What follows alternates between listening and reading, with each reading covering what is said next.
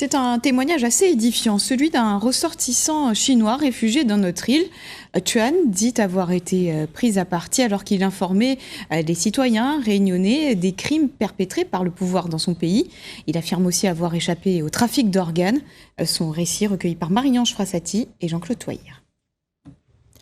Tuan dit avoir échappé de justesse au trafic d'organes en Chine.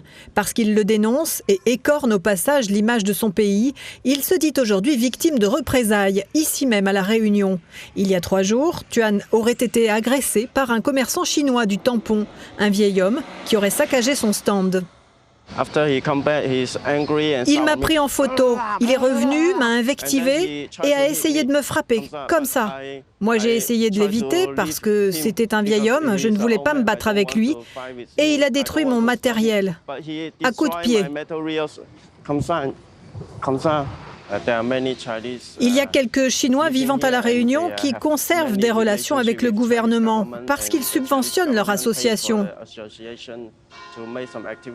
Une fois, quand j'étais à Saint-Denis et que je marchais près du consulat, ils ont essayé de m'attaquer et m'espionner et m'ont pris en photo. Tuan dit avoir été intimidé parce qu'il informe les passants des exactions commises par le pouvoir communiste contre les Ouïghours, les Tibétains et les pratiquants comme lui de Falun Gong. Nous pratiquons le Falun Gong et c'est une croyance. Le gouvernement chinois ne l'autorise pas et nous persécute, prélève nos organes. Le gouvernement et la police nous jettent en prison, volent nos organes car la plupart des hôpitaux appartiennent au Parti communiste en Chine.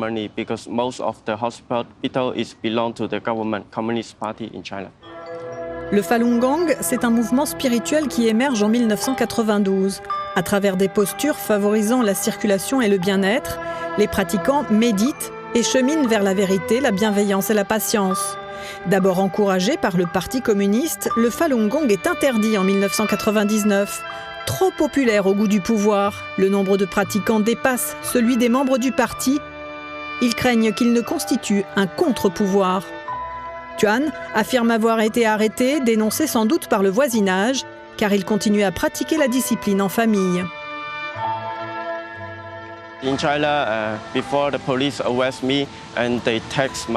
Avant, quand la police m'a arrêté, ils m'ont fait un tas de prélèvements, examen de l'œil, de la langue pour l'ADN. Ils m'ont pris du sang, des urines, les empreintes.